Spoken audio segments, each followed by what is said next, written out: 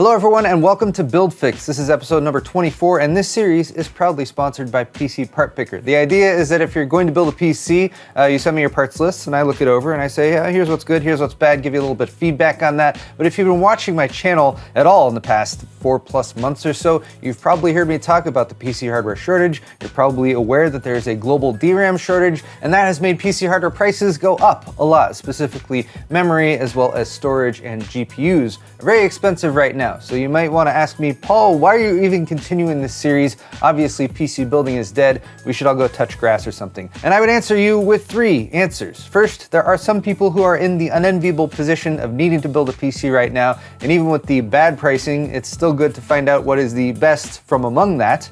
Second, we should not allow ourselves to become too used to these very high prices. And third, there's a little bit of meme value in just looking at how bad some of the prices are. It's kind of like watching a train wreck in slow motion and being like, wow, I can't believe things have gotten that bad. We're going to be doing a little bit of all that today, but we're going to be having fun too. So let's get started with Build Fix. Excellent! Today's video is brought to you by the Paul's Hardware store on paulshardware.net, the only official source for Paul's Hardware merchandise. Tantalizing t-shirts, brilliant beer sets, high-quality hoodies, and more, all featuring the classic thumbscrew for tasteful and refined viewers, or the 8-bit thumbscrew for tasteful and refined viewers who hate curves. New designs are added sporadically and at random, so head over to paulshardware.net and get some of that sweet, sweet merch right now. Or not right now, after you watch the video. Either way.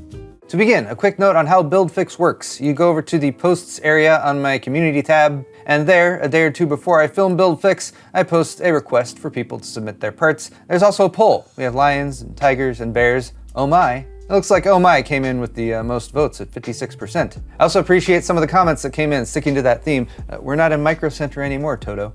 And also very much agree that it would be great if we had a George Takei emoji. So if you're not subscribed already, consider doing that, and then you'll get notified when that community post goes up. Our number 1 comment this month by upvotes came from Camden Pike, who said, ooh, I have a fun idea. Put our existing builds into PCPartPicker, and you guess what we actually paid for the parts versus what they're selling for today. Mine, at least, is kind of insane. So in the spirit of answering this post, that's what I'm going to do today. But since I didn't specifically ask for people to tell me what their parts list cost, if they were referring to a PC that had already been built, I'm going to go back to Build Fix 18, which is from the end of August 2025. This is before all of the prices started to increase for memory and then later on for SSDs. And I chose this build because it kind of fits the archetype for the type of build I would recommend to most people who are building a new PC for the first time. This is a mid-tier build, or the sort of beginning of the mid-tier type build. This one actually was priced at about $1,400 when I first took a look at it. After a few adjustments, I was able to get it down under $1,300. But if I go back about 8 to 10 years ago, this caliber of PC would probably have cost around $800 to $1,000. Over the years, with the inflation and general prices going up, that increased to around $1,000 to $1,200 or $1,300. But this PC represents what I would recommend to people who wanted to take advantage of the cool stuff that PC gaming can do, like playing with a higher refresh rate or higher resolution monitor. Those are actually a lot more affordable these days than they were even 2 or 3 years ago. It's also an AM5 build that has a reasonable upgrade path built in as well for people who want to build a PC and then perhaps tinker or upgrade with it in the future. This original build was submitted by Throne Smasher. It is a white build and it's micro ATX, but it still fits the mold of an entry-level 6-core processor on the AM5 platform that costs less than $200. And here that's a 9600X. It has a very sensible air cooler that is less than $40. Thermalright has honestly too many of those available, but they're all generally pretty good performers. We have a sub $200 AM5 motherboard, and it being AM5 is going to have a little bit more platform longevity. We're expecting at least 1 more generation of CPUs on top of the 7000 and 9000 series that are already out for AM5. I'm going to skip the next 3 components to talk about the case, which is less than $100, a solid micro ATX case that is white and is going to match the aesthetic. And then we have the power supply, which is honestly a little bit overkill, but this is a very well-rated power supply when it comes to the current PSU tier list, which I have been referring to, which is being maintained by the Zach's Tech Turf community. So big thank you to them who have been keeping this updated. And I will link that in the video description down below in case you are shopping for a power supply and want to compare. And I believe at the time that was a $110 to $120 power supply. Getting back to the components, I skipped in the middle. Here is the rub when it comes to the pricing, but we have a very sensible, again at the time, 32 gig DDR5 6000 CL30 memory kit for $100. Wasn't that nice? We also have a 2 terabyte NVMe SSD. It's a PCIe Gen 3 drive, but it's less than $100, so that was a very sensible balance, especially compared to today's pricing between performance and capacity. And then the last reason that I chose this build is because it had a good, like, claw your way up to better performance graphics card. One with 16 gigs of VRAM. It was the RTX 5060 Ti 16 gig, which was at that time $460. But I want to warn you guys, you might want to look away right now because I'm going to jump to current pricing. Yeah, and that jumps up to $2,070.30, and that is without the crucial MX 500 2 terabyte SSD that was originally included, because that's not available for sale anymore. So close to $2,100 for this formerly $1,300 to $1,400-ish build without storage included. Now the really stupid thing too is that prices have actually come down on some of these components. The 9600X is a little bit cheaper than it was before. The air cooler has gone up by $4 or $5. That's not terrible. The motherboard has come down $15 to $20. Case is the same price. Power supply is actually $10 cheaper. All of that increased price is coming from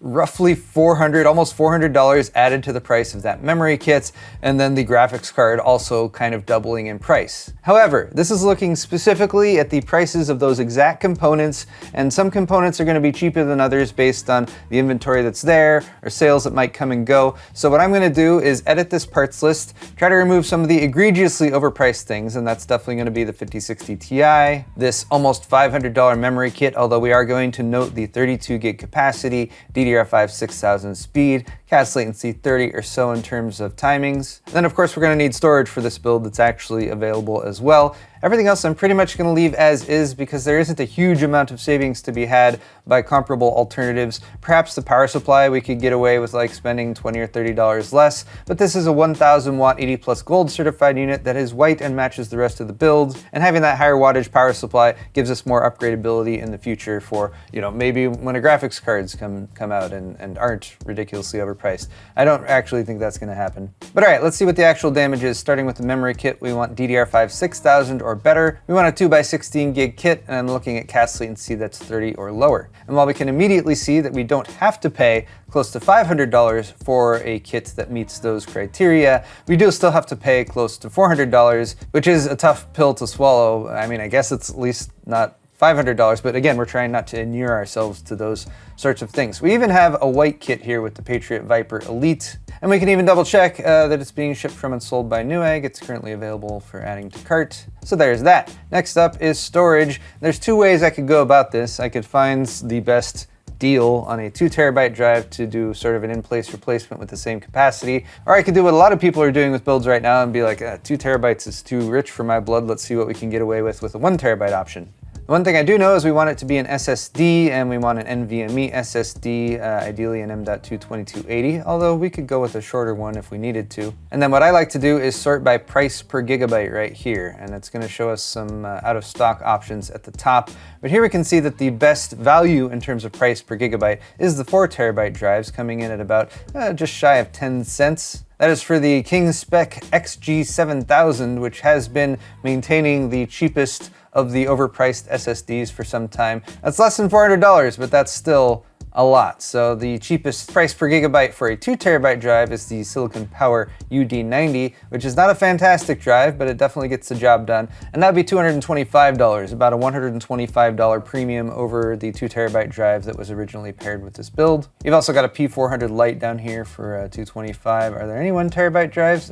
I'm just dropping the capacity down so we can look at lower capacity drives and find something that's in stock. Oh look, you can get a 512 gig for $65. That would be quite a compromise there. I'd say still go for a 1 terabyte drive, but you're gonna need to pay $130 to $140 for these entry-level options. So just quickly reviewing these options, they're within $130 to $140. I'm gonna go with the Silicon Power UD90. A lot of these other drives are PCIe Gen 3 drives, which isn't necessarily a bad thing. They are gonna generally get about 1,500 to 2,000 megabytes per second read and writes. But for maybe $5, $6, $7 more, the Silicon Power is a Gen 4 drive, and it actually has read and write speeds in 5,000 to 4,800 megabytes per second. And that is why I'm choosing it. Okay, one last item to add, and that is our video card. Original build was a $460 16 gig 5060 Ti. I'd like to still get a 16 gig card if I can. And we actually do have 16 gig 5060 Ti's for, within $100 of the price that we were seeing last year. About $550 is the cheapest there.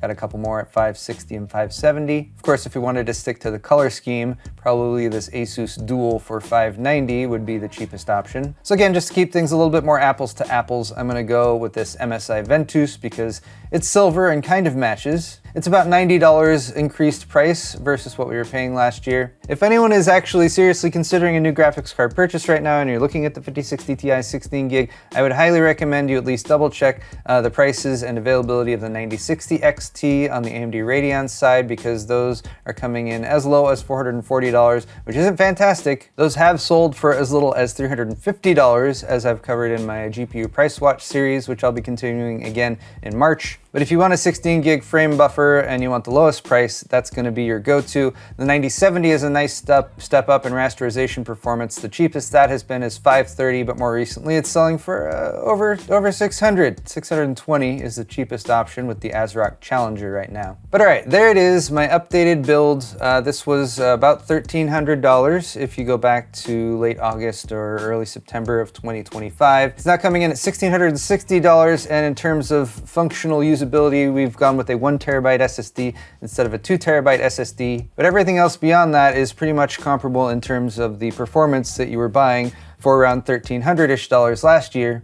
So Camden Pike, thank you very much for putting in this suggestion, because I think it has sort of fulfilled a couple different needs for us right now. One is to look at a build from last year and to be like, wow, look how much more it is this year. But second is also to look at, like, in terms of the real world price difference you're paying going back 4 or 5 months. Yes, it absolutely sucks that we have to pay $400 or so more now, but this is not completely outside of the range of affordability for someone who's just looking for a solid gaming PC with all of the characteristics I described for what I would recommend people go for if they're looking for something that's in the mid-range where you're getting yourself more performance without trying to cut the budget down as much as possible. All right, moving on to the second half of this video, I'm trying to answer some questions a bit more contextually to provide you guys 3 different ways to sort of get around or do your best to make do with the current memory shortage situation. The first is to look at a DDR4 build or perhaps upgrading an existing build, and for that I'm going to answer LakerFam107's question. The second way is to look at combo deals, because there can be some pretty good deals on combos if you're willing to buy memory along with something like a processor. And then the third is to scour the used market, where you might be able to find deals on stuff from people selling like older hardware that they aren't necessarily aware might be worth more money right now because of the RAM shortage situation. But LakerFam107 says, hey Paul, you helped me build my first PC back in 2017. And that is awesome and great to hear, and you're very welcome for any help I might have provided with that. I've since gifted it to a friend and upgraded him a little, but it's really showing its age. He live streams on Twitch and posts a lot of YouTube shorts, but can't really edit long form videos. Looking to upgrade most parts besides the GPU and PSU. We have a 7700K processor, which is probably showing its age at this point, paired with an Asus Strix Z170 motherboard, 16 gigs of DDR4 3000 G.Skill Trident Z memory. We have some storage, various SATA SSDs, a laptop hybrid drive, an RTX 3070 graphics card, which they said probably are hanging on to, and a 3070 will still get you by for now. You can obviously upgrade other parts and then keep an eye out for a good deal on a graphics card as well. And since we have an EVGA 750 watt power supply, that's going to be able to handle a graphics card upgrade down the line if needed anyway. So since the plan here is to carry over the DDR4 memory to save as much as possible on not needing to buy new memory, we need a platform that's DDR4 compatible, that's also going to provide a reasonable upgrade in terms of performance from a 7700K. For that, I'd recommend the AM4 platform and a Ryzen 5 5600 or 5600X. All right, so what I've done with our parts list here is I've added the things that are already purchased, which includes a 16 gig DDR4 3000 CL16 memory kit. I went with a G.Skill option. I also added a 2 terabyte SATA drive, an RTX 3070.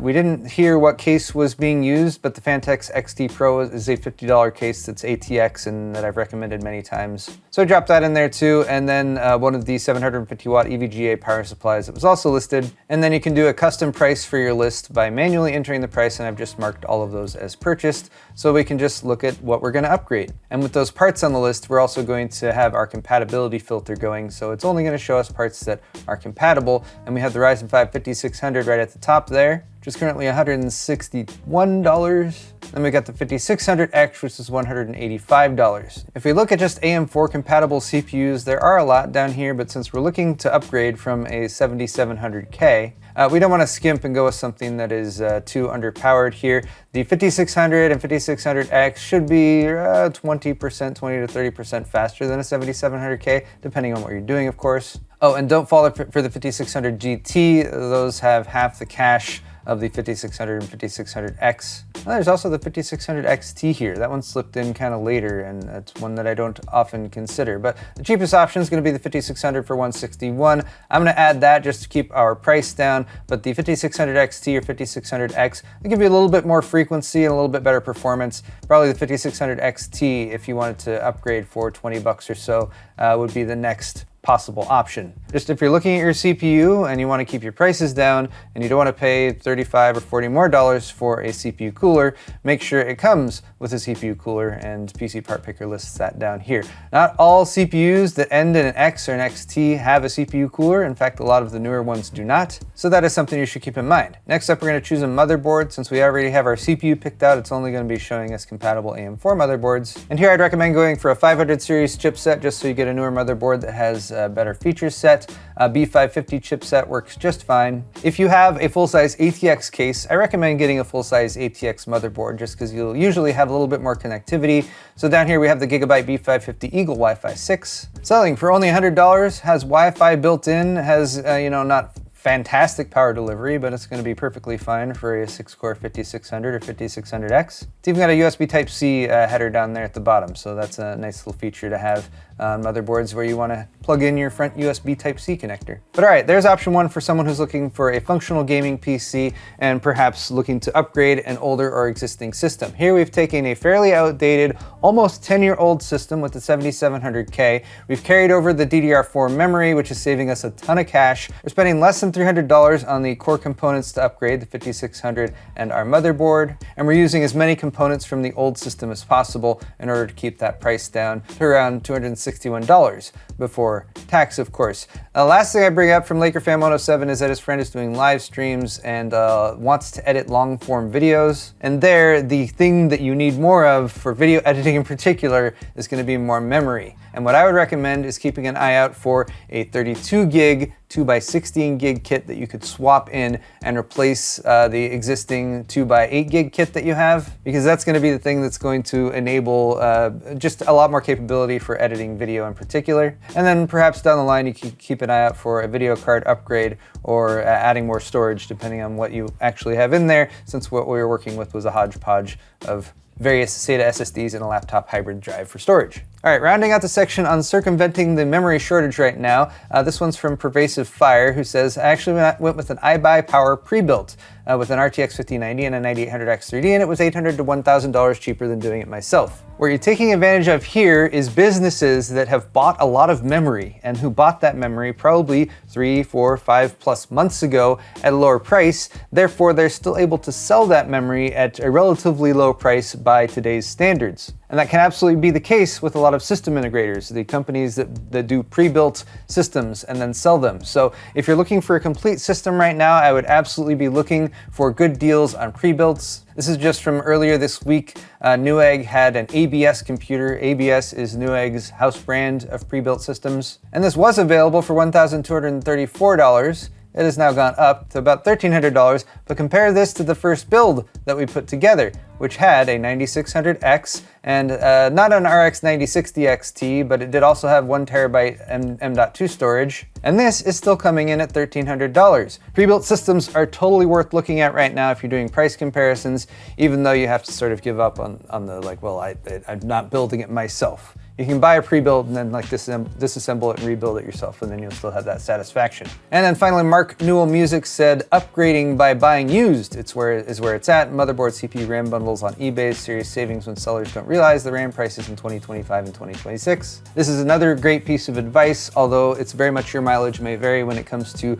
looking for used things. If you're shopping on a site like eBay that is broadcast like nationwide, you're gonna have a harder time scooping up those random deals. But if you're looking for like local people who are listing old systems for sale on Craigslist or other classified type sites, you might be able to find someone who is completely oblivious to the fact that there's a hardware shortage right now, who's just trying to get rid of an old system that might have a 16 or 32 gig memory kit in it. That of course might take more time in terms of tracking something down. And like I said, it's harder for me to say, hey, go here and buy this thing, because the used market is completely random depending on what is available near you. But lastly, pairing that up with combo savings might be another thing to look at. Retailers like Newegg and Amazon get something called MDF, which is Marketing Development Funds, which is basically money that gets paid by a big manufacturer to Newegg to say, here's some money to help sell products. And they can use that money in different ways. Sometimes they use it to buy ads or stuff like that. Sometimes they just use it to directly discount the price of products. And that's often why you can find like this combo deal with the new 9850X3D, which unfortunately isn't there anymore. These come and go fairly quickly, especially when they are good deals. Of course, good deals are still relative, but that's another thing I would highly recommend keeping an eye on. But that is all the time I have for Build Fix episode number 24. I would like to say a huge thank you to PCPartPicker for sponsoring this series. Links to the builds I went over, as well as some additional links, are down in the video description, as well as a link to my store. That's at paulshardware.net, where you can buy shirts, mugs, and pint glasses. Very high quality merchandise to help support my channel. But really appreciate you guys watching this video. Hit the thumbs up button on the way out if you enjoyed it. We'll see you all in the next one.